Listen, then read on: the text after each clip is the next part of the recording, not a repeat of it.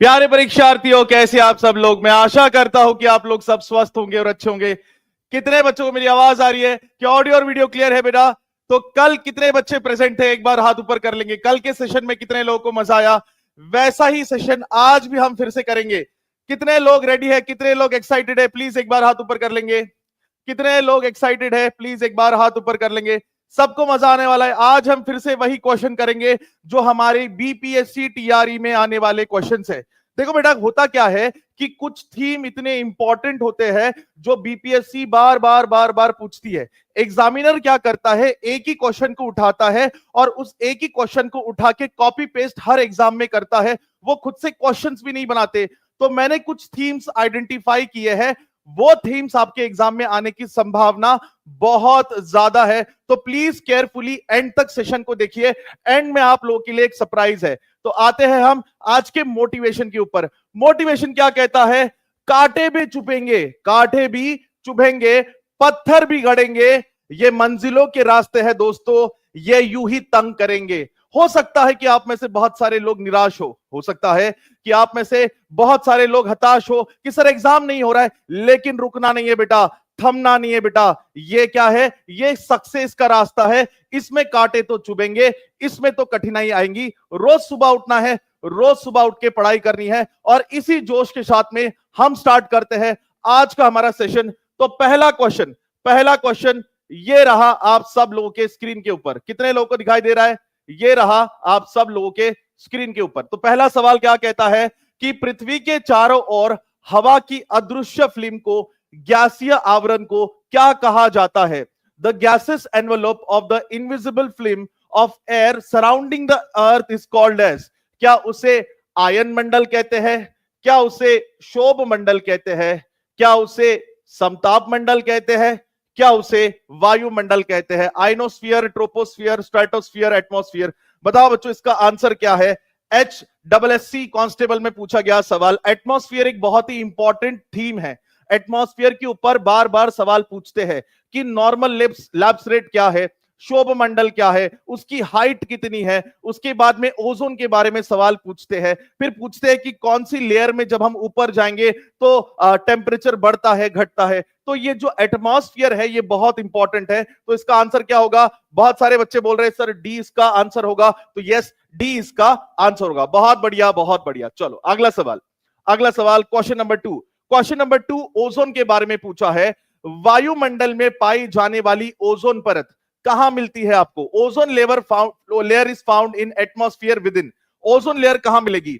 10 से 30 किलोमीटर के अंदर, 10 से 50 किलोमीटर के अंदर, 50 से 100 किलोमीटर के अंदर, या 100 से 200 किलोमीटर के अंदर? इसका उत्तर क्या होगा? DSSB TGT में पूछा गया सवाल है। DSSB TGT में पूछा गया सवाल है और यह सवाल आपके बीपीएससी में आने की संभावना बहुत ज्यादा है। तो बताएं आपके ओजोन लेयर का हाइट कितना है? 10 से 30, 10 से 50, 50 से 100 या 100 से 200? उत्तर क्या होगा? बहुत सारे बच्चे गलत उत्तर दे रहे हैं, 50 से 100 बोल रहे हैं, 50 से 100 बोल रहे नहीं, 50 से 100 नहीं है। इसका उत्तर क्या है? इसका उत्तर है 10 से 50। 10 किलोमीटर से 50 किलोमीटर के अंतराल में आपको ओजोन लेयर देखने को मिलेगा। थोड़ा सा डिटेल में इसको देख लेते हैं। यहां देखो, मान लेते हैं कि आप लोग यहां पे खड़े हो, आप लोग जमीन के ऊपर खड़े हो। जैसे जैसे आप ऊपर जाओगे टेम्परेचर क्या होगा? कम होगा, क्योंकि एटमॉस्फेयर थिन होते जा रहा है। तो टेम्परेचर क्या होना चाहिए? कम होना चाहिए, जो कि होता भी है। पर जैसे ही आप ट्रोपोस्फियर से स्ट्रेटोस्फियर में एंटर करते हो टेम्परेचर बढ़ जाता है। अब सवाल है टेम्परेचर क्यों बढ़ जाता है? क्योंकि यहां पे ओजोन की परत होती है, इसीलिए टेम्परेचर बढ़ जाता है।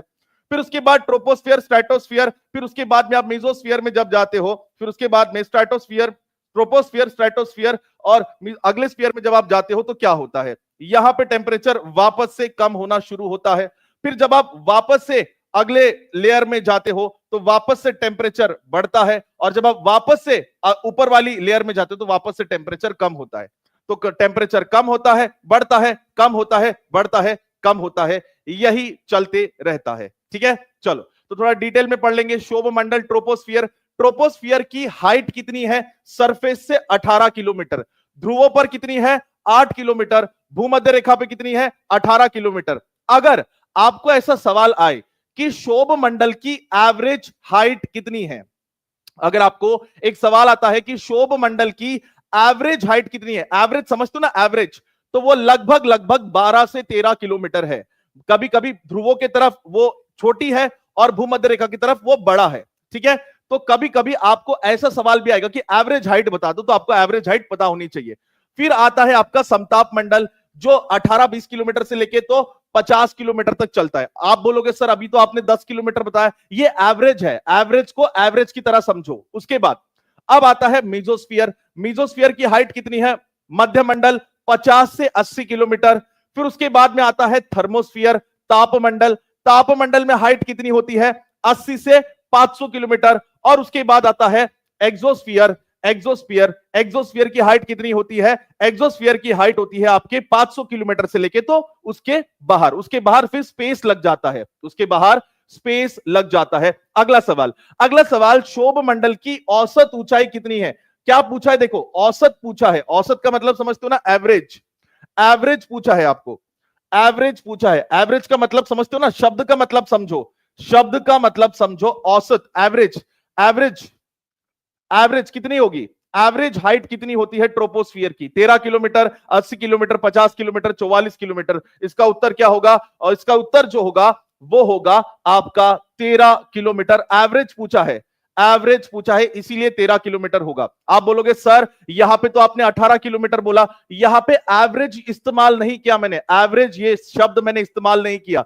कहीं 18 किलोमीटर है भूमध्य रेखा के पास में और ध्रुवों के पास 8 से 10 किलोमीटर है, तो उसका एवरेज जो होता है वो एवरेज हो जाता है 13 किलोमीटर। समझ में आया। चलो अगला सवाल, अगला सवाल बहुत इंपॉर्टेंट। अगला सवाल बिहार प्राइमरी टीचर में पूछा गया सवाल है। देखो बार बार बीपीएससी वाले थीम रिपीट कर रहे हैं, बार बार बीपीएससी वाले थीम रिपीट कर रहे हैं, यही थीम आपके एग्जाम में आने की संभावना है, ठीक है बेटा। तो सवाल क्या कहता है, तापमान सबसे कम कहां होता है, लोवेस्ट टेम्परेचर सबसे कम कहां होता है। क्या वो समताप मंडल है, शोभ मंडल है, मध्य मंडल है, more than above, none of the above. इसका उत्तर क्या होगा, इसका उत्तर क्या होगा, सबसे कम, लोवेस्ट टेम्परेचर। लोवेस्ट टेम्परेचर आपको कहां देखने को मिलेगा, तो थोड़ा सा देख लेते हैं कि मान लेते हैं कि आप लोग यहां पे हो, आप लोग यहां पे हो, आप लोग सुपरमैन की तरह, बैटमैन की तरह हवा में उड़ने लगे, तो क्या होगा, टेम्परेचर कम होते जाएगा। क्या होगा, टेम्परेचर कम होते जाएगा।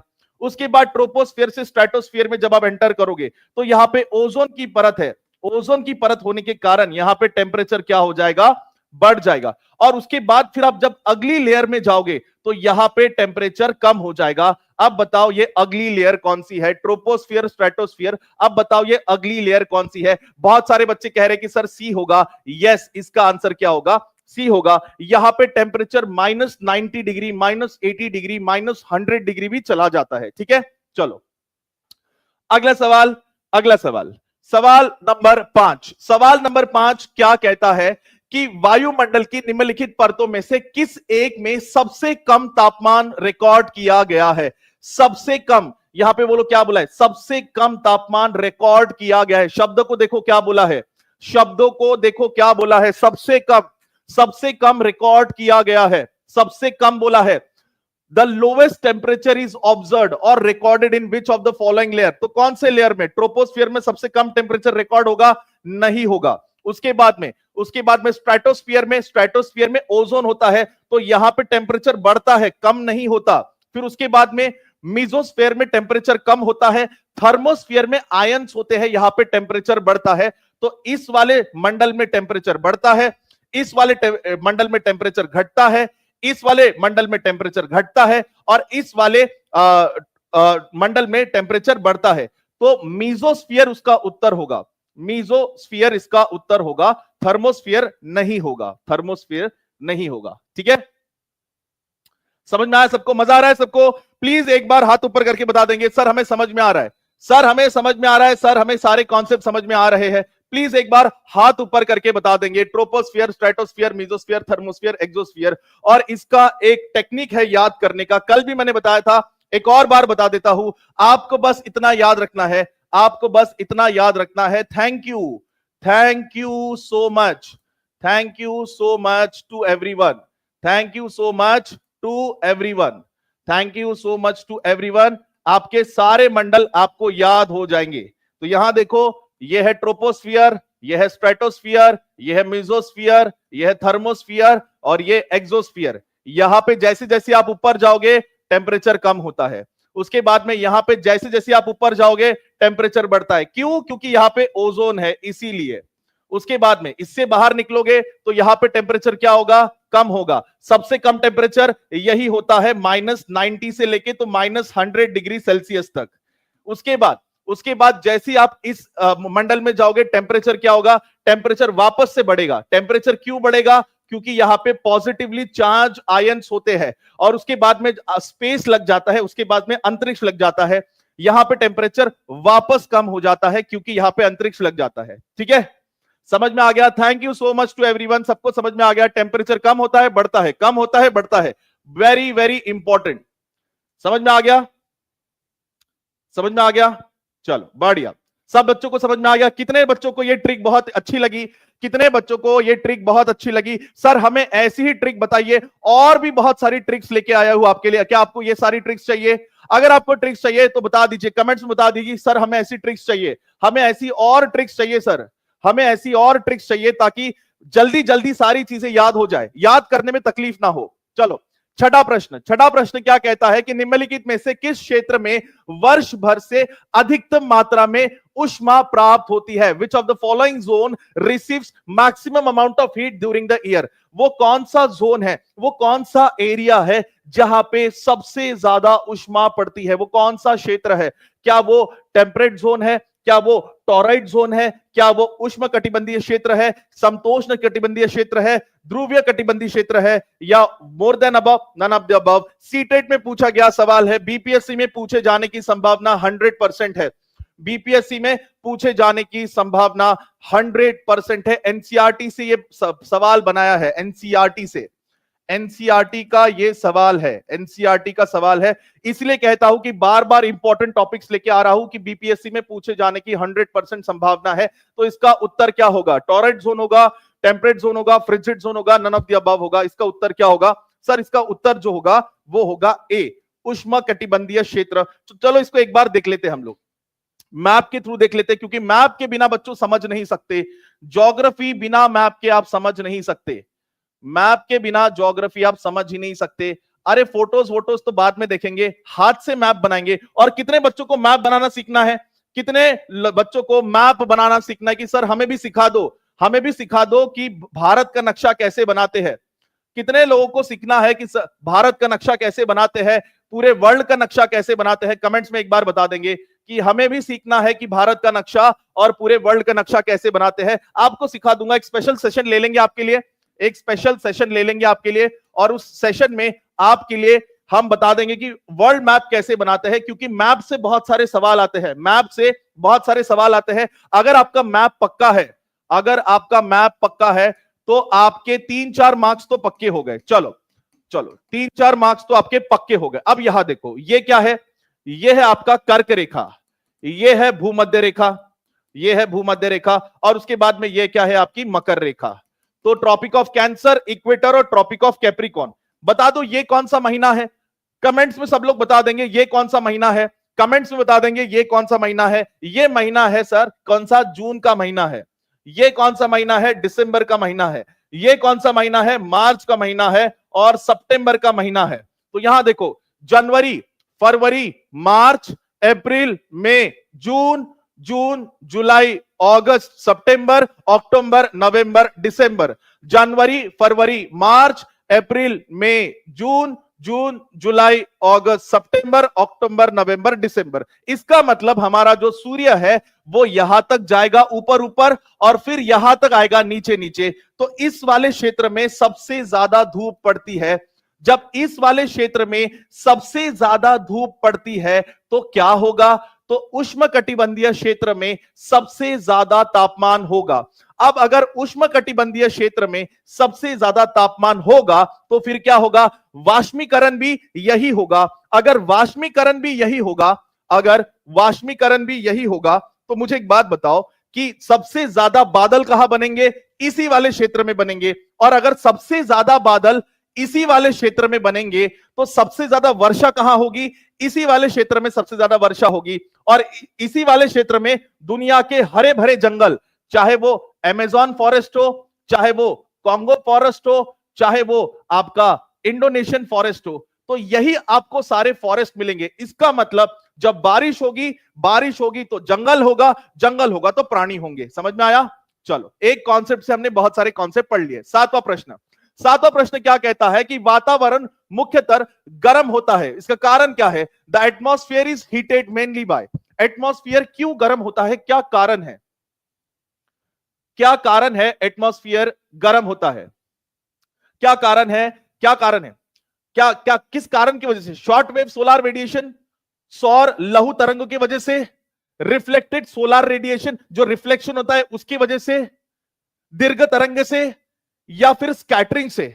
बताओ, क्या स्कैटरिंग से हमारा वायुमंडल गर्म होता है, लॉन्ग वेव रेडिएशन से होता है, या फिर रिफ्लेक्शन से होता है, या शॉर्ट वेव रेडिएशन से होता है? तो इसका उत्तर क्या होगा? इसका उत्तर क्या होगा? सर बी होगा, सर सी होगा, सर लॉन्ग वेव रेडिएशन होगा, सर लॉन्ग वेव रेडिएशन होगा। बढ़िया बेटा, जितने लोगों ने भी सही बोला, सी बोला है, उनका सही आंसर है। तो पहले एक बार देख लेते हैं, पहले इसको एक बार देख लेते हैं। तो मान लेते हैं कि आपकी जमीन है, ये आपका सूरज है, तो सूरज से क्या निकलती है? छोटी तरंगे निकलती है, शॉर्ट वेव रेडिएशन। अब शॉर्ट वेव रेडिएशन निकलती है तो ये हमारा वायुमंडल है। वायुमंडल पता है क्या करता है? इन शॉर्ट वेव रेडिएशन को आने देता है, इन शॉर्ट वेव रेडिएशन को आने देता है, और जब ये जमीन से टकराती है तो ये लॉन्ग वेव रेडिएशन बन जाती है, ये लॉन्ग वेव रेडिएशन बन जाती है। और ये लॉन्ग वेव रेडिएशन अंतरिक्ष में जाना चाहती है, लेकिन मनुष्य ने क्या किया? हमारे एटमॉस्फेयर में CO2 डाल दिया, हमारे एटमॉस्फेयर में CO2 डाल दिया, जिसके कारण क्या हुआ? ये लॉन्ग वेव रेडिएशन अंतरिक्ष में नहीं जा सकती, ये लॉन्ग वेव रेडिएशन अंतरिक्ष में नहीं जा सकती। इस लॉन्ग वेव रेडिएशन को वापस से धरती पे आना पड़ता है, जिसके कारण हमारा जो पृथ्वी है वो गर्म हो जाता है। और इसी को ही कहते हैं ग्लोबल वार्मिंग, इसी को ही क्या कहते हैं? Global warming. यानी कि हमारी पृथ्वी गर्म हो रही है, और गर्म क्यों हो रही है? CO2 के कारण। CO2 को आपने वायुमंडल में डाला, ये तरंगे बाहर जाना चाहती है लेकिन जा नहीं पा रही, इसी के कारण।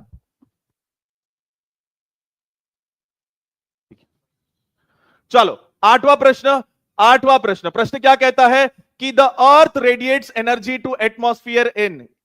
ये हो गया हमारा, ये हो गया हमारा। चलो अगला प्रश्न कहते हैं नाइन्थ सवाल, what is the normal lapse rate in troposphere. शोभ मंडल में सामान्य हास्य दर क्या है? नॉर्मल लैप्स रेट क्या है? आप कितना मीटर ऊपर जाओगे तो कितना टेम्परेचर कम होगा? आप कितना मीटर ऊपर जाओगे तो कितना टेम्परेचर कम होगा?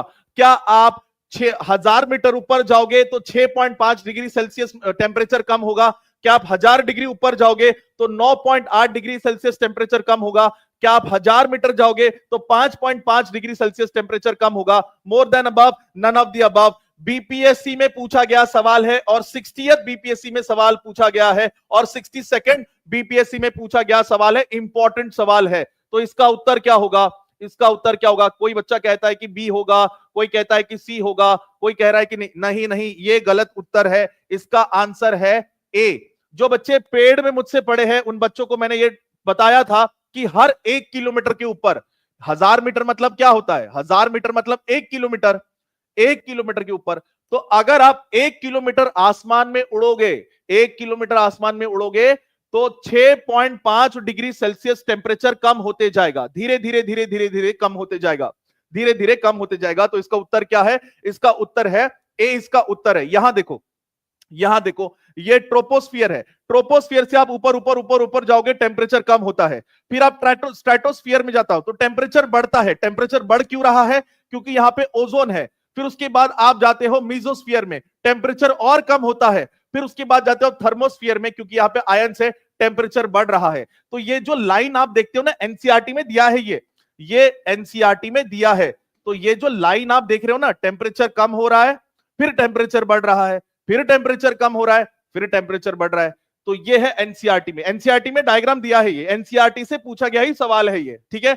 जो एग्जामिनर पेपर बनाता है वो एनसीईआरटी के बाहर नहीं बनाता, आपको डिटेल में एनसीईआरटी पढ़नी पड़ेगी। अगर उसमें छोटा सा बक्सा भी है ना, तो वो बक्सा भी आपको पढ़ाऊंगा, और मैं डिटेल में पढ़ाता भी हूं बेटा, ठीक है। चलो आगे, अगला सवाल ये कहता है, 10वां सवाल क्या कहता है कि निम्नलिखित में से कौन सी गैस ग्रीन हाउस गैस नहीं है।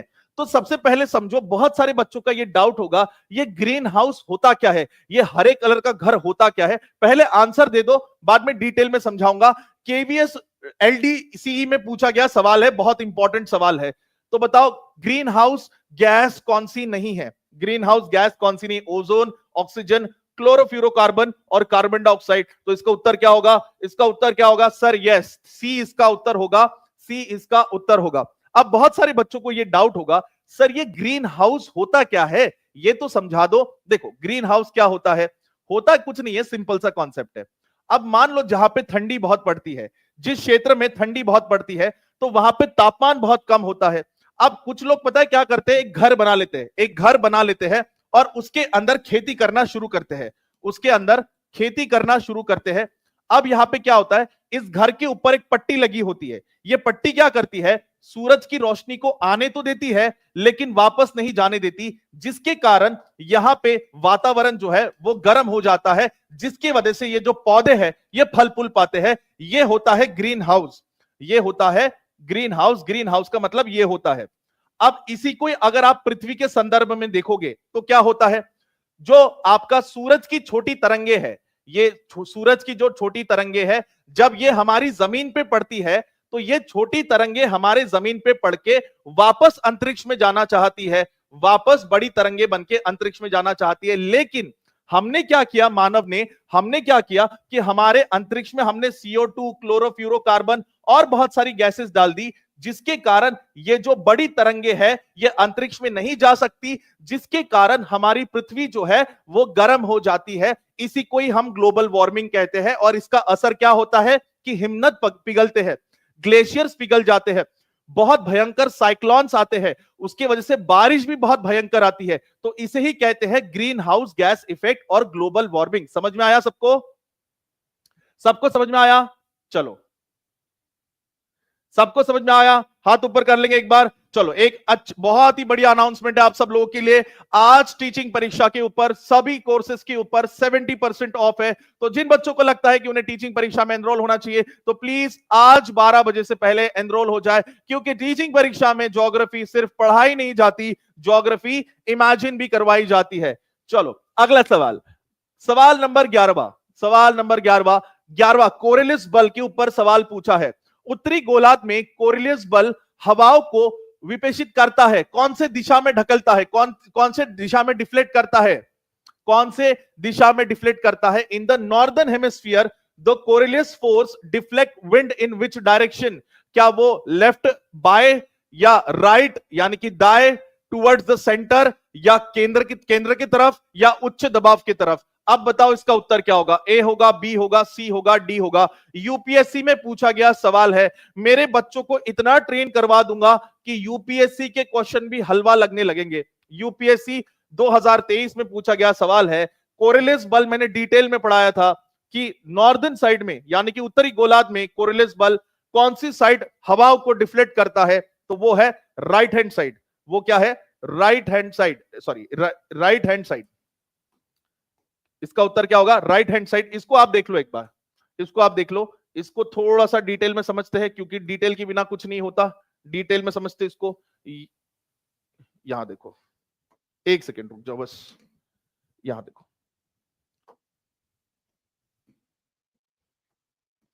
ये हमारा पृथ्वी है, ये भूमध्य रेखा है, ये भूमध्य रेखा है।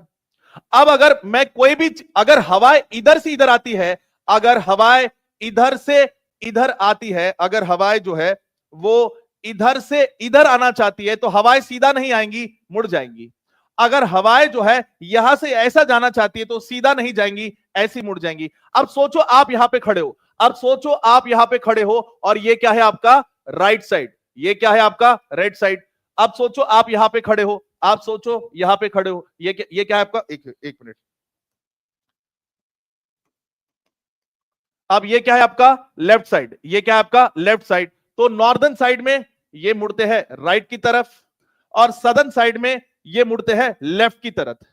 ये है आपकी नॉर्थ ईस्ट की ट्रेड की विंड, ये क्या है नॉर्थ ईस्ट ट्रेड, ट्रेड की हवा है, ये ट्रेड की हवा है ना कि नहीं। और ये क्या है, ये है आपकी साउथ ईस्ट ट्रेड, ये है आपकी साउथ ईस्ट ट्रेड की हवा है। ये हवाएं मैंने डिटेल में पढ़ाए थे, ये हवाएं मैंने डिटेल में पढ़ाए थे, ठीक है। चलो प्रश्न नंबर 12वां, प्रश्न क्रमांक 12 क्या कहता है कि सूर्य से पृथ्वी की कितनी दूरी है। What is the distance between earth and sun. तो अर्थ और सन के बीच में कितना डिस्टेंस है। तो ये है आपका सन, ये है आपका अर्थ, तो इन दोनों के बीच में कितना डिस्टेंस है, कितना डिस्टेंस है। क्या वो 93 मिलियन मील है, क्या 103 मिलियन मील है, या 83 मिलियन मील है। More than above, none of the above. इसका आंसर क्या होगा, इसका आंसर क्या होगा सर। सी इसका आंसर होगा। बहुत लोग बोल रहे हैं सर सी इसका आंसर होगा, सर 93 होगा, सर ई होगा। नहीं, इसका आंसर क्या है, ए इसका आंसर है 93 मिलियन माइल्स। सवाल किसमें पूछा है, माइल्स में पूछा है, किलोमीटर में नहीं पूछा। बीपीएससी को भी पता है कि सब लोगों को पता है कि पृथ्वी और सूरज के बीच में 15 करोड़ किलोमीटर का फासला है। 15 करोड़ किलोमीटर का फासला है, माने कि 150 मिलियन किलोमीटर का फासला है। लेकिन बीपीएससी भी चालाक है, उसने किलोमीटर में सवाल नहीं पूछा, उसने माइल्स में सवाल पूछा। तो अब यहां पे आप कंफ्यूज हो गए। 115 करोड़ को माइल्स में अगर कन्वर्ट करेंगे या 150 मिलियन को माइल्स में कन्वर्ट करेंगे तो 93 मिलियन माइल्स होता है, 93 मिलियन माइल्स होता है। यहां पे आपको कंफ्यूज करवा दिया, यहां पे आपको कंफ्यूज करवा दिया। बीपीएससी टीआरई 2 में पूछा गया सवाल है, बहुत इंपॉर्टेंट सवाल है।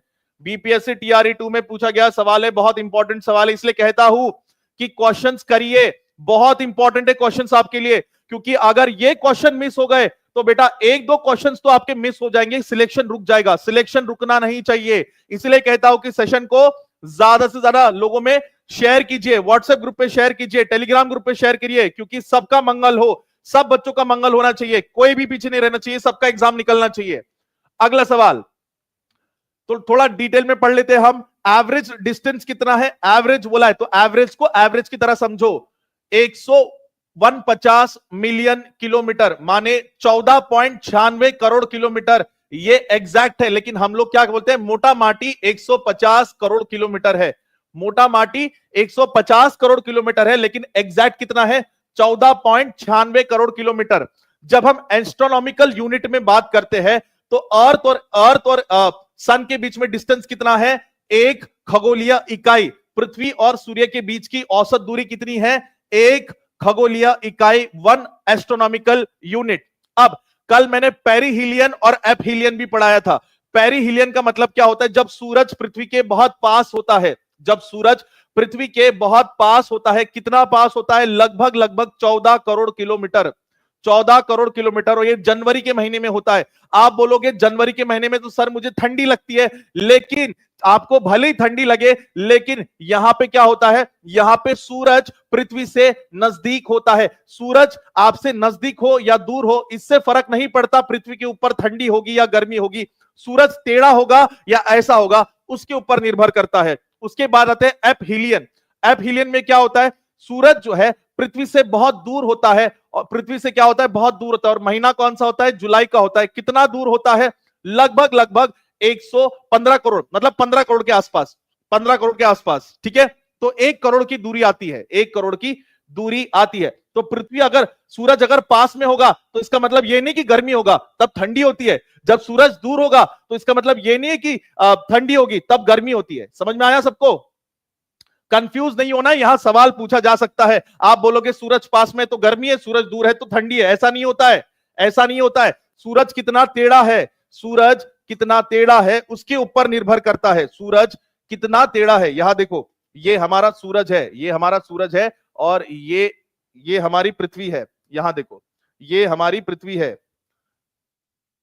ये पृथ्वी है, ठीक है, ये पृथ्वी है, ये पृथ्वी है। अब कितना, सूरज कितना दूर है उससे फर्क नहीं पड़ता, सूरज कितना दूर है उससे फर्क नहीं पड़ता। फर्क किससे पड़ता है कि आपकी पृथ्वी कितनी टेढ़ी है।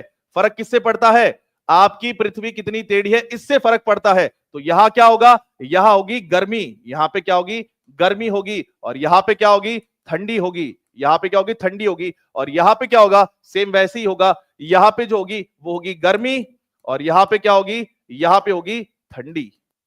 समझ में आया? समझ में आया कि नहीं आया? अगला सवाल, अगला सवाल, सवाल कहता है कि निम्नलिखित नगरों में से कौन सा नगर कर्क रेखा के उत्तर में अवस्थित है? तो ट्रॉपिक ऑफ कैंसर के ऊपर, ट्रॉपिक ऑफ कैंसर के ऊपर कौन सा शहर है?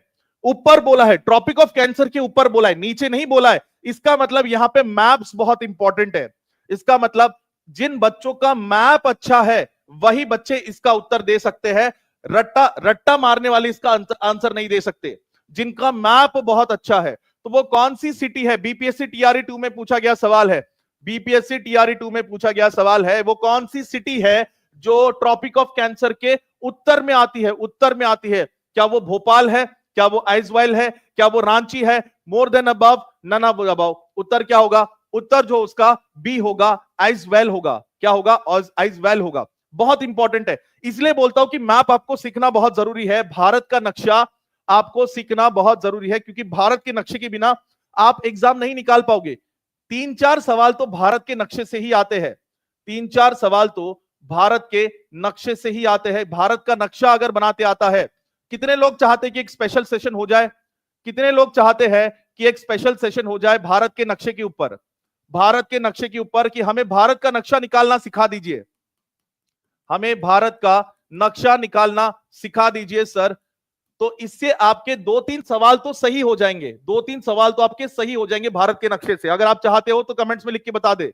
तो उत्तर क्या है इसका? इसका उत्तर है आइजवाल। अब थोड़ा डिटेल में इसका एक्सप्लेनेशन भी देख लेते हैं एक बार। क्या बोला है कि ट्रॉपिक ऑफ कैंसर जो है, जो आपकी कर्क रेखा है, वो बहुत सारे सिटीज से पास होती है। तो उन सिटीज के नाम क्या है? सिटीज के नाम क्या है? तो पहले सिटी का नाम क्या है? गुजरात से देखो, टोटल कितने हैं?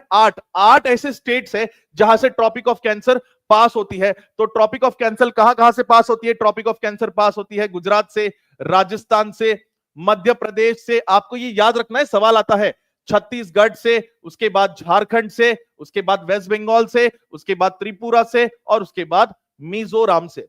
उसके बाद भोपाल, रांची, उदयपुर कर्क रेखा के आसपास या उसके दक्षिण में स्थित है। Very very important, Bhopal, Ranchi और उदयपुर। उदयपुर कहां है? राजस्थान में। झारखंड, रांची कहां है? झारखंड में। भोपाल कहां है? भोपाल है मध्य प्रदेश में। तो ये 3 जो सिटीज है, ये कर्क रेखा के एक तो आसपास है या फिर उसके दक्षिण में है। उत्तर में कौन है? उत्तर में आइजवाल है। उत्तर में कौन है? उत्तर में आइजवाल है। उसके बाद क्या बोला है? आगरा। आगरा में उत्तर प्रदेश में जो आगरा है, आगरा जो है वो कर्क रेखा के उत्तर में आता है। वेरी वेरी इंपॉर्टेंट, आगरा जो है वो कर्क रेखा के उत्तर में आता है। आगरा जो है कर्क रेखा के उत्तर में आता है। अगर यहां पे आगरा होता, अगर इस सवाल में आगरा होता तो मोर देन 1 अबव होता। अगर इस सवाल में रांची की जगह अगर आगरा होता, यहां पे अगर आगरा होता तो इसका उत्तर क्या होता? इसका उत्तर होता आइजवाल भी है और आगरा भी है, मोर देन 1 अबव होता, मोर देन 1 अबव। ठीक है, चलो आगे बढ़ते हैं। अगला सवाल, क्वेश्चन नंबर 14। भारत के कुल भूमि क्षेत्र में पर्वतों का हिस्सा कितना है? भारत के कुल जो भूमि क्षेत्र है उसमें पर्वतों का कितना हिस्सा है? What percentage of India's total geographical area is covered by mountain? क्या वो 30% है? क्या वो 27% है? क्या वो 40% है? More than above, none of the above. तो एक बार देख तो लेते हैं कि भारत में कहां कहां आपको पहाड़ देखने को मिलते हैं। तो एक बार देख लेते हैं, यहां पे देख लो, इसी मैप में देख लेते हैं आपको पहाड़ कहां कहां देखने को मिलेंगे। इसलिए बोलता हूं कि मैप बहुत इंपॉर्टेंट है, इसलिए बोलता हूं कि मैप बहुत इंपॉर्टेंट है।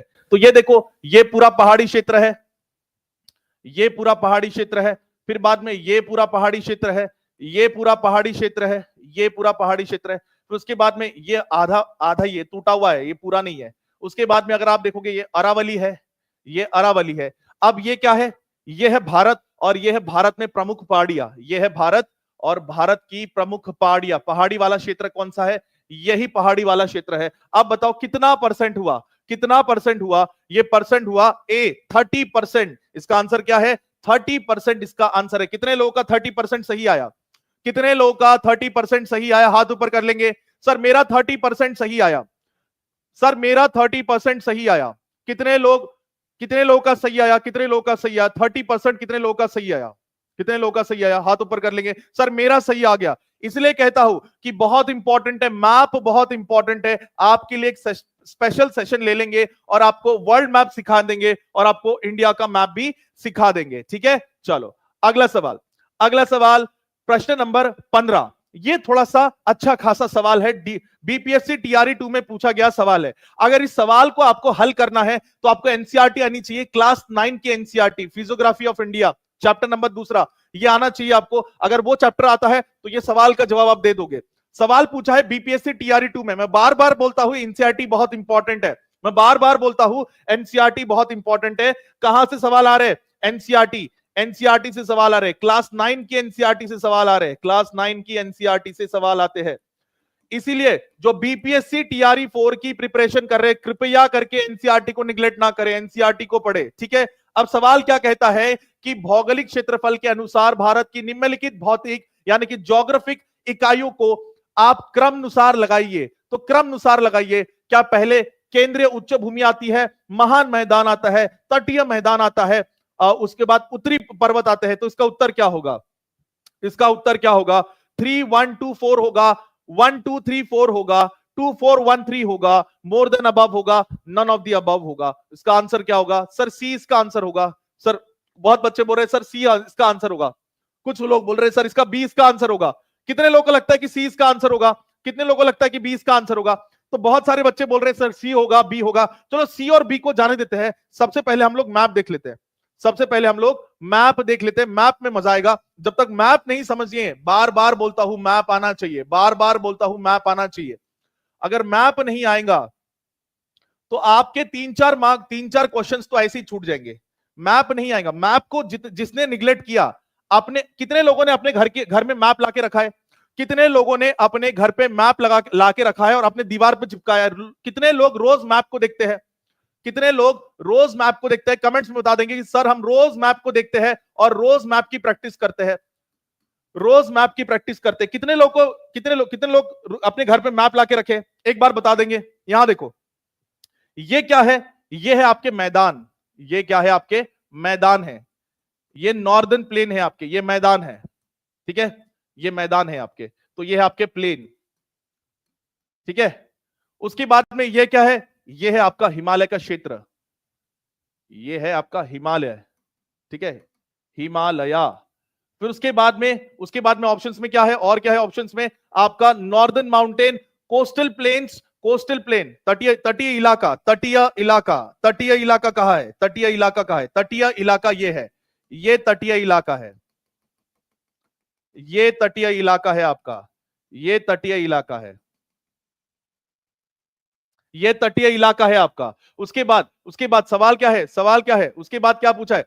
Northern mountains, coastal plain, great plain, central highland. Central highland किधर है आपका? Central highland. केंद्र उच्च भूमि कहां पे है? तो ये केंद्र उच्च भूमि यहां है, केंद्र उच्च भूमि यहां है। तो नंबर 1 पे कौन आएगा? नंबर 1 पे आएगा ये, नंबर 1 पे आएगा ये। नंबर 2 पे कौन आएगा? ये आएगा। नंबर 3 पे ये, नंबर 4 पे ये आएगा। तो अगर नीचे से ऊपर जाओगे तो ऐसा आएगा, ऊपर से नीचे आओगे तो ऐसा आएगा, नीचे से ऊपर जाओगे तो ऐसा आएगा, और ऊपर से नीचे जाओगे तो ये 1 पे आएगा, ये 2 पे आएगा, ये 3 पे आएगा और फिर ये 4 पे आएगा। तो पूछा क्या है? ऊपर से नीचे पूछा है कि नीचे से ऊपर पूछा है? अब बताओ इसका उत्तर क्या होगा? अब बताओ इसका उत्तर क्या होगा? अब बताओ इसका उत्तर क्या होगा? अब आप लोग बताओ इसका उत्तर क्या होगा?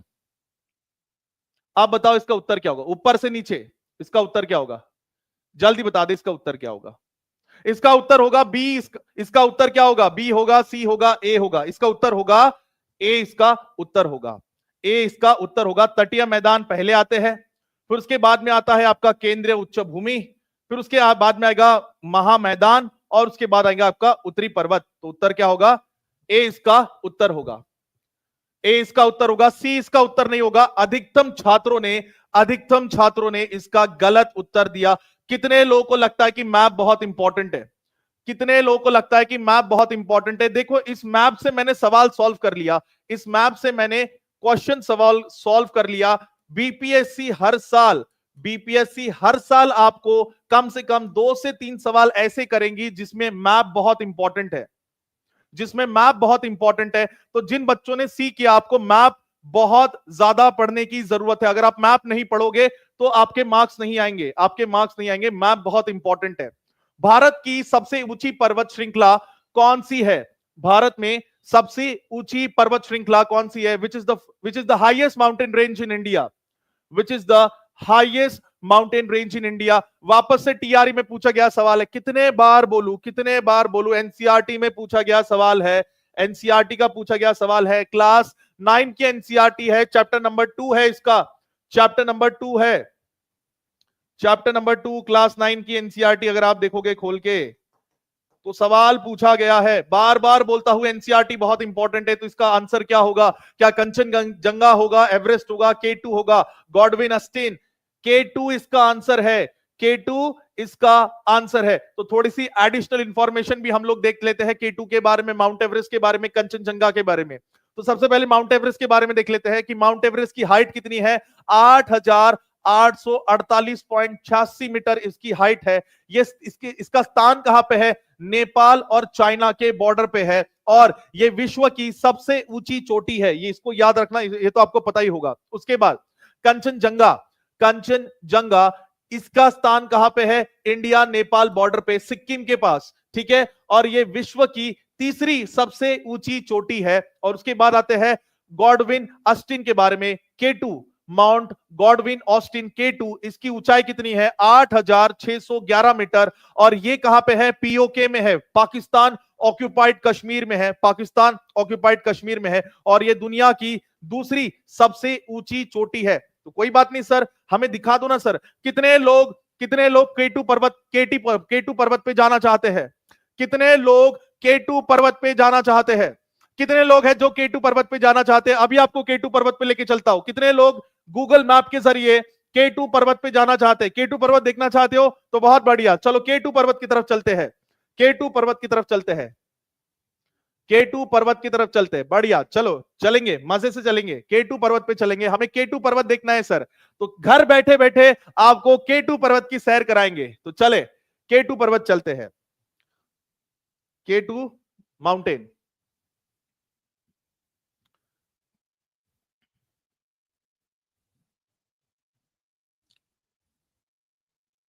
एक सेकेंड बस रुक जाए, 2 सेकेंड में हम K2 पर्वत पे हो जाएंगे। K2 माउंटेन, यस, हम आ गए K2 पे। चलो K2 पे चले। ये है हमारा K2, ये है हमारा K2 जिसकी बात हम लोग कर रहे थे, जिसकी बात हम लोग कर रहे थे। ये है K2, ये देखिए, इसको अगर आप देख सकते हो तो ये ऐसे दिखाई देता है, ऐसे दिखाई देता है K2। देखो ये है उसका ऊपर वाला शिखर K2। ऐसे आपके लिए लाइट्स भी ऑफ कर देंगे, 3D में दिखा देंगे आपको, आपके लिए लाइट्स भी ऑफ कर देंगे। ये है K2। बहुत सारे लोग हर साल K2 की चढ़ाई करते हैं और बहुत सारे लोग मारे भी जाते हैं। तो ये है K2, देख सकते हो बेटा, ये है K2, देख सकते हो, ये है K2। तो टीचिंग परीक्षा में ऐसी पढ़ाई होती है, डिटेल में पढ़ाया जाता है और इमेजिन करके पढ़वाया जाता है, ठीक है। चलो आते हैं हमारे नेक्स्ट क्वेश्चन की तरफ। सबको मजा आ रहा है? एक बार हाथ ऊपर करके बता देंगे, सबको मजा आ रहा है? सबको मजा आ रहा है? एक बार हाथ ऊपर करके बता देंगे, क्या हम 2000 का टारगेट पूरा कर सकते हैं? अभी 1900 बच्चे हमें देख रहे हैं, तकरीबन 1900 बच्चे हमें देख रहे हैं। क्या हम 2000 का टारगेट पूरा कर सकते हैं? तो इस सेशन को जल्दी से जल्दी शेयर करिए अपने दोस्तों के साथ, अपने व्हाट्सएप ग्रुप पे, टेलीग्राम ग्रुप पे, ताकि बाकी लोगों को भी इस सेशन का मजा उठाने को मिले। तो सबका मंगल हो, सभी लोगों का मंगल हो, सभी लोगों की एग्जाम क्रैक हो जाए। चलो अगला सवाल, गंगा नदी के दक्षिण किनारे से मिलने वाली सबसे बड़ी सहायक नदी कौन सी है? Which is the largest tributary of Ganga river joining from the south bank? दक्षिण से पूछा है, क्या पूछा है? दक्षिण किनारे से, क्या पूछा है? दक्षिण किनारे से पूछा है, दक्षिण किनारे से पूछा है। लार्जेस्ट बताओ, लार्जेस्ट पूछा है, गंगा नदी के दक्षिण किनारे से मिलने वाली सबसे बड़ी सहायक नदी, क्या वो कोसी है? क्या वो गंडक है? क्या वो सोन नदी है? More than above, none of the above, more than above, none of the above. इसका आंसर क्या होगा? जल्दी बता दे सब लोग, इसका आंसर क्या होगा? इसका आंसर जो होगा वो सोन नदी होगा, सोन नदी होगा। बीपीएससी में पूछा गया सवाल है, बीपीएससी टीआरई 2 18/12/2023 पेपर नंबर 2 में पूछा गया सवाल है। मैं बार बार कहता हूं, कुछ टॉपिक ऐसे हैं, चाहे रिवर हो गया, माउंटेन हो गया, पठार हो गए, उसके बाद में मैप हो गया, उसके बाद में उसके बाद में लोकेशन हो गया, उसके बाद में अगर आप देखोगे तो सहायक नदियां कौन सी होती है, ये हो गया, उसके बाद में वाटरफॉल हो गया। ये सारे इंपॉर्टेंट टॉपिक्स है जो बार बार बीपीएससी पूछती है। मैं बार बार कहता हूं कि प्रीवियस ईयर पेपर को एनालाइज करें, प्रीवियस ईयर पेपर को ऐसे ही एनालाइज करते हैं कि बीपीएससी को क्या अच्छा लगता है। तो बीपीएससी को रिवर अच्छी लगती है तो हम रिवर खिला देंगे, बीपीएससी को माउंटेन अच्छा लगता है तो हम माउंटेन लेके आएंगे, बीपीएससी को एटमॉस्फेयर अच्छा लगता है तो हम एटमॉस्फेयर के क्वेश्चन करेंगे, बीपीएससी को मैप के क्वेश्चन अच्छे लगते हैं तो हम लोग मैप के क्वेश्चन करेंगे। ठीक है, चलो अब थोड़ा इसको डिटेल में देख लेते हैं। सोन नदी, अब यहां देखोगे आप, ये है सोन नदी, यहां देखो आप, ये सोन नदी किसकी सहायक नदी है, ये देखो, ये किसकी सहायक नदी है, गंगा नदी। ये देखो, ये है आपकी गंगा नदी, ये आ रही है आपकी गंगा नदी और ये इधर जा रही है। अब इधर से देखो, ऊपर से यानी कि उत्तर से कौन सी इसकी सहायक नदी है, तो कोसी, उसके बाद में गंडक, कोसी के बाद गंडक, और गंडक के बाद घाघरा, और उसके बाद में इधर से गोमती, इधर से कौन आ रही है, गोमती, फिर इधर से आ रही है राम गंगा। और अगर आप दक्षिण से अगर आप देखोगे तो यहां देखो, यहां से कौन आ रही है, यहां से सोन आ रही है, यहां से आ रही है केन। ये कौन है, ये आपकी यमुना है, यमुना की सहायक नदी केन हो गया, बेतवा हो गया, सिंध हो गया, और यहां पे चंबल, ये है चंबल। तो यमुना की ये सहायक नदी हो गई और गंगा की ये सहायक नदी हो गई। ठीक है, ये सहायक नदी हो गई। ठीक है, समझ में आया सबको समझ में आया? चलो नेक्स्ट, शांत घाटी किस राज्य में स्थित है? बीपीएससी टीआरई 2 में पूछा गया सवाल, शांत घाटी किस राज्य में स्थित है? शांत घाटी किस राज्य में स्थित है? बीपीएससी टीआरई 2.0 में पूछा गया सवाल है, बीपीएससी टीआरई 2 में पूछा गया सवाल है। इसका उत्तर क्या होगा? क्या असम इसका उत्तर होगा? क्या केरला इसका उत्तर होगा? क्या वेस्ट बंगाल इसका उत्तर होगा? More than above, none of the above, इसका उत्तर क्या होगा? तो इसका उत्तर होगा केरला, इसका उत्तर होगा Kerala. Silent valley national park इसी घाटी में है। इसका मतलब बीपीएससी को घाटी बहुत पसंद है। मतलब आप क्या करोगे, एनसीईआरटी में जितने भी घाटियां दिए हैं उन सारी घाटियों को पढ़ लोगे, ना सिर्फ एनसीईआरटी में, गूगल करके भी सारी घाटियों को पढ़ लोगे, क्योंकि आज साइलेंट वैली घाटी से सवाल पूछा है, अगली बार किसी और घाटी से सवाल पूछ सकते हैं, तो संभावना है यहां पे। तो ऐसे प्रीवियस ईयर पेपर को एनालाइज करते हैं। अगला सवाल, आगे बढ़ते हैं। अगला सवाल, सोन नदी का उत्पत्ति स्थल अमरकंटक कहां स्थित है? अमरकंटक कहां स्थित है? मकालू रेंज है, कैमूर रेंज है, या मैकाल रेंज है? मैकाल श्रेणी पर्वत, या मकालू श्रेणी, या कैमर श्रेणी? More than above, none of the above. कहां पूछा गया सवाल है? बीपीएससी टीआरई 3.0 में पूछा गया सवाल है, बीपीएससी टीआरई 3.0 में सवाल पूछा गया है। मैं वापस से कहता हूं कि रिवर से सवाल आता है, नदियों से सवाल आ रहा है। इसका मतलब नदी जो है ये फेवरेट टॉपिक है, नदी जो है ये फेवरेट टॉपिक है बीपीएससी का फेवरेट टॉपिक है कि नदी का उद्गम कहां से होता है, नदी कहां से निकलती है, कहां जाती है। ये सारी चीजें बहुत इंपॉर्टेंट है, ये बहुत इंपॉर्टेंट है। तो इसका उत्तर क्या होगा? सोन नदी का उद्गम अमरकंटक, लेकिन अमरकंटक में कहां से? तो इसका उत्तर क्या होगा? मैकाल श्रेणी से। मैकाल रेंज बहुत इंपॉर्टेंट है, ये सवाल आने की संभावना है। तो इसको थोड़ा सा डिटेल में हम लोग देख लेते हैं कि सोन नदी का उद्गम कहां से होता है। तो इसका उद्गम स्थल है अमरकंटक का पठार, जो कि मध्य प्रदेश में है। यह है आपकी सोन नदी, ये है आपकी सोन नदी, और ये सोन नदी कहां जा रही है? यहां जा रही है। ये गंगा की क्या है? एक ट्रिब्यूटरी है। तो सोन नदी गंगा की एक प्रमुख सहायक नदी है। ये कहां से फ्लो करती है? ये मध्य प्रदेश से निकलती है, फिर ये उत्तर प्रदेश में जाती है, फिर झारखंड और बिहार से होके आपकी गंगा की सहायक नदी बन जाती है। इसके ऊपर मेजर डैम्स बने हैं। तो कौन से डैम है, कौन से बांध है, इनको एक बार देख लेते हैं। बाण सागर बांध, वेरी वेरी इंपॉर्टेंट, बाण सागर डैम वेरी वेरी इंपॉर्टेंट, जो कि मध्य प्रदेश में है। उसके बाद इंद्रापुरी, इंद्रापुरी जलवाष्य ये बिहार में है, वेरी वेरी इंपॉर्टेंट, सवाल आने की संभावना है। इंद्रपुरी जलवाष्य और बाण सागर बांध, ठीक है। चलो उसके बाद में यहां देखो आप, माइकाल हिल रेंज कहां पे, यहां पे, ये है माइकाल, ये है माइकाल श्रेणी, ये है माइकाल श्रेणी। यहां से बाकी अन्य नदियों का भी उद्गम होता है। तो सोन नदी का तो होता ही होता है, जो कि गंगा की एक सहायक नदी है, लेकिन नर्मदा का उद्गम भी यहां से ही होता है। और जोहिला रिवर जो है, जोहिला रिवर, उसका भी उद्गम यहीं से होता है। सवाल आने की संभावना है नर्मदा कहां से निकलती है, ठीक है। समझ में आया सबको? चलो अगला सवाल, क्वेश्चन नंबर 21, कौन सी नदी भारत और नेपाल के बीच सीमा बनाती है? वो कौन सी रिवर है, वो कौन सी नदी है? Which river forms the boundary between India and Nepal? क्या वो गंडक है, क्या वो कोसी है, क्या वो काली है? मैं बार बार कहता हूं, टीआरई 3 में पूछा गया सवाल है, मैं कितने बार बोलूं, मैं बोल बोल के थक चुका हूं कि बीपीएससी का फेवरेट टॉपिक क्या है। बीपीएससी का फेवरेट टॉपिक है रिवर्स, बीपीएससी का फेवरेट टॉपिक है रिवर्स। उन्हें नदियां बहुत ज्यादा पसंद है, बीपीएससी को नदियां बहुत ज्यादा पसंद है, तो हर बार वो नदियों से सवाल करते हैं, तो आपको नदियां पढ़ के जानी ही जानी है, नदियों को नहीं छोड़ना है। अगर नदियों को छोड़ दिया तो आपका एग्जाम नहीं निकलेगा। टीआरई 3 में पूछा गया सवाल है, टीआरई 4 में तो 100% नदियों से सवाल आएंगे ही आएंगे। तो उत्तर क्या है? क्या वो गंडक है, क्या वो कोसी है, क्या वो काली है? More than above, none of the above. इसका उत्तर क्या होगा?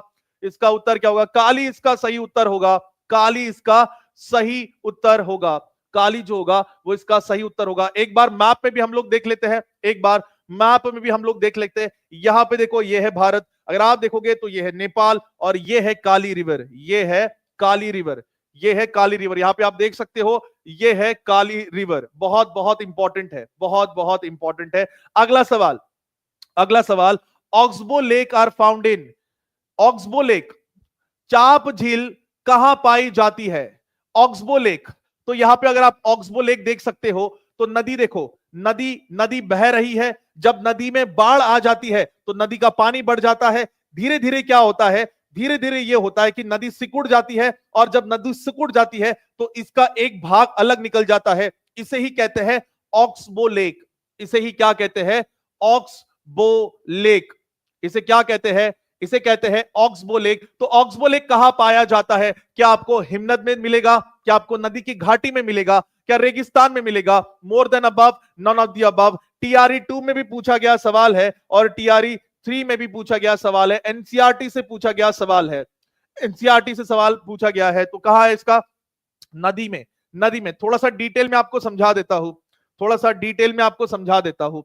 तो एक ज्योग्राफर थे, जिन ज्योग्राफर का नाम था डेविस, एक ज्योग्राफर थे जिनका नाम था डेविस। तो डेविस ने एक बहुत ही अच्छी थ्योरी दी थी। डेविस ने क्या बोला था कि इंसान कैसे पहले छोटा बच्चा होता है, फिर वो बड़ा बनता है, और बाद में वृद्ध बन जाता है, और उसके बाद में मर जाता है, उसके बाद में उसकी डेथ हो जाती है।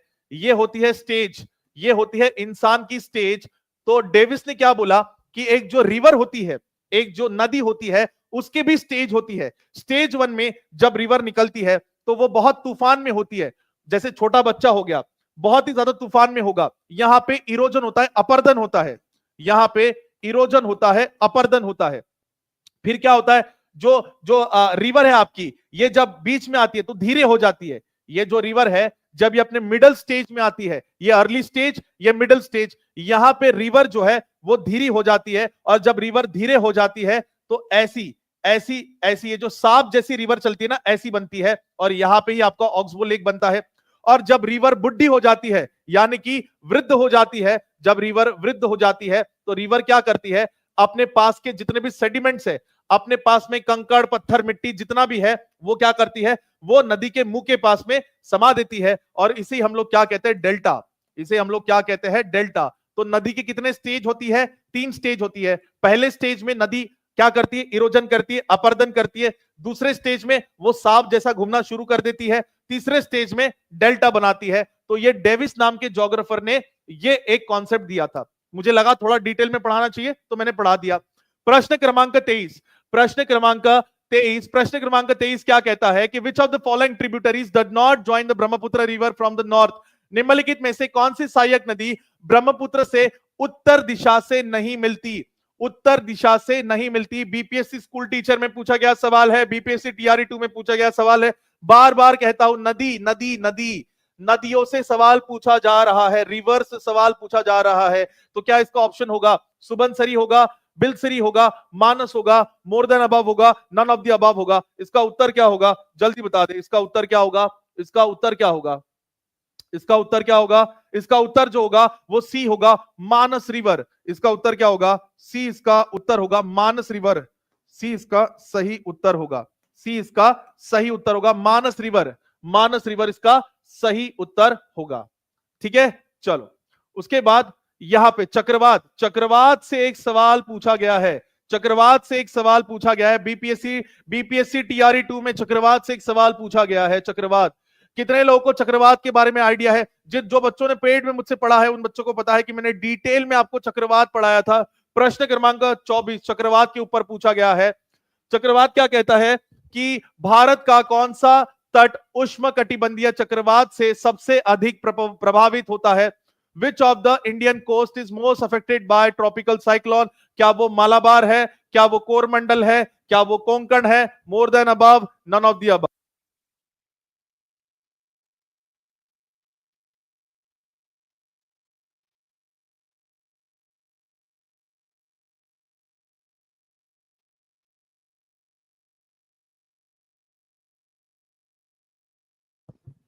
चलो इसका उत्तर क्या होगा? इसका उत्तर, इसके लिए आपको मैप जानना जरूरी होगा, इसके लिए आपको मैप जानना जरूरी होगा। कल मैंने आपको समझाया था कि यहां पे कोंकण कोस्ट कहां पे है? महाराष्ट्र और गोवा के बीच में। ये कौन सा कोस्ट है? ये कोंकण कोस्ट है, कोंकण कोस्ट है।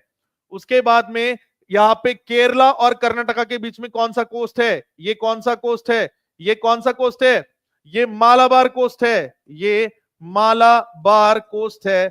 और फिर यहाँ पे तमिलनाडु और आंध्र प्रदेश के बीच में कौन सा कोस्ट है? तो ये आपका कौन सा कोस्ट है? कोरोमंडल कोस्ट है, कोरोमंडल कोस्ट है।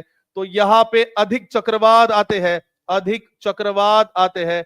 यहाँ पे हर साल चक्रवात आता है। और चक्रवात कहां कहां इफेक्ट पड़ाता है? तो यहां देखो, ये क्या है? उड़ीसा है, उड़ीसा में हर साल चक्रवात आता है। उसके नीचे क्या है? आंध्र प्रदेश, आंध्र प्रदेश में हर साल चक्रवात आता है, लाखों लोगों की जान जाती है। कभी कभी बंगाल की खाड़ी में भी चक्रवात आता है। और बंगाल की खाड़ी में जब चक्रवात आता है तो इसका असर किसके ऊपर पड़ता है? तो बांग्लादेश के ऊपर इसका सबसे ज्यादा असर पड़ता है, बांग्लादेश के ऊपर इसका सबसे ज्यादा असर पड़ता है। तो इसका उत्तर क्या होगा? सही उत्तर क्या होगा? 20 का सही उत्तर होगा, 20 का सही उत्तर होगा। अब आते हैं हमारे आखिरी प्रश्न की तरफ। अभी हम आते हैं हमारी आखिरी प्रश्न की तरफ। आखिरी प्रश्न, चलो आखिरी प्रश्न से पहले यह सवाल पूछा जाता है, यह सवाल पूछा जाता है कि जो आपका साइक्लोन है, उष्णकटिबंधीय चक्रवात जो है, उसको अलग अलग जगह क्या कहते हैं? तो हिंद महासागर में इसे चक्रवात यानी कि साइक्लोन कहते हैं।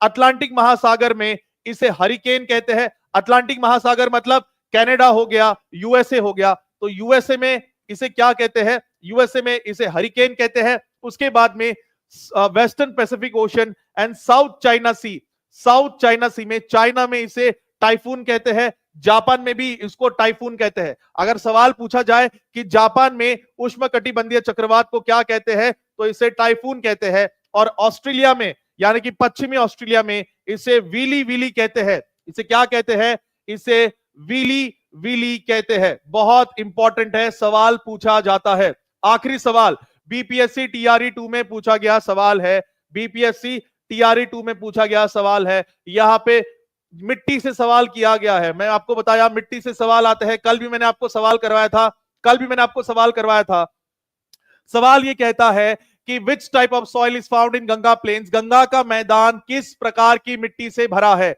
गंगा का मैदान किस प्रकार की मिट्टी से भरा है? क्या वो काली मिट्टी है, क्या वो लाल मिट्टी है, क्या वो जलोढ़ मिट्टी है, alluvial soil, red soil, black soil, more than above, none of the above? इसका आंसर क्या होगा? इसका आंसर क्या होगा? तो इसका आंसर जो होगा वो सी इसका आंसर होगा। थोड़ा सा एक एक्सप्लेनेशन कर लेते हैं, उसके बाद में आप लोग जा सकते हो। तो यहां देखो, हम वापस से प्यारा प्यारा भारत बनाएंगे। ये रहा हमारा प्यारा प्यारा भारत, ये रहा प्यारा प्यारा भारत, ठीक है। उसके बाद में यहां देखो, ये है हमारा नीचे वाला भाग, हमने इसको ऊपर ले आए और यहां से इसको जोड़ दे और ये रहा हमारा भारत। अब यहां देखो, यहां से नदियां कौन सी आ रही है? गंगा नदी आ रही है, यहां से ब्रह्मपुत्र नदी आ रही है, उसके बाद में यहां से यमुना नदी आ रही है, यमुना नदी आ रही है। अपने साथ में क्या लेके आ रही है? कंकड़ पत्थर मिट्टी लेके आ रही है। और हजारों सालों से यहां से देखो और नदियां बह रही है, इंडस, झेलम, चेनाब, रवि, ब्यास, सतलज। तो हजारों सालों में इन नदियों ने क्या किया? अपने साथ जो भी कंकड़ पत्थर मिट्टी ले आए उसको यहां पे बिछा दिया। इसीलिए देखो, ये जो भाग है, ये जो उत्तरी मैदान है, कृषि के लिए बहुत ही अच्छा है, कृषि करने के लिए बहुत ही अच्छा है। इसे हम कहते हैं नॉर्दर्न प्लेन कहते हैं। इसे हम इसे क्या कहते हैं? हम इसे नॉर्दर्न प्लेन कहते हैं। और यहां पे कौन सी मिट्टी मिलती है? जब भी नदी कोई मिट्टी लेके आती है उसे जल्लोड यानी कि एलुवियल सॉइल कहते हैं, एलुवियल सॉइल कहते हैं, एलुवियल सॉइल कहते हैं। काली मिट्टी कहां मिलेगी? काली मिट्टी वहां मिलेगी जहां दक्कन का पठार होगा। काली मिट्टी कहां मिलेगी? जहां दक्कन का पठार होगा, काली मिट्टी यहां मिलेगी। लेटराइट मिट्टी कहां मिलेगी? लेटराइट मिट्टी वहीं मिलेगी जहां पे सबसे ज्यादा वर्षा होती है, यानी कि वेस्टर्न घाट और ईस्टर्न घाट। यहां पे आपको आपको लेटराइट सॉइल मिल जाएगा। और ये जो नॉर्थ ईस्ट है, नॉर्थ ईस्ट में भी आपको लेटराइट सॉइल मिल जाएगा। रट्टा मारने की कोई जरूरत नहीं है, लेकिन क्योंकि टीचिंग परीक्षा में ज्योग्राफी पढ़ाई नहीं जाती, इमेजिन करवाई जाती है। कॉन्सेप्ट बहुत इंपॉर्टेंट है, हम लोग कॉन्सेप्ट्स पे ध्यान देते हैं बेटा। तो आप सब लोगों को समझ में आया? जिन बच्चों को समझ में आया, आज का सेशन बहुत अच्छा लगा, तो प्लीज एक बार सेशन को लाइक कर देंगे और कमेंट में लिख देंगे कि सर आज का सेशन बहुत अच्छा लगा। कमेंट्स में लिख देंगे कि आज का सेशन बहुत अच्छा लगा।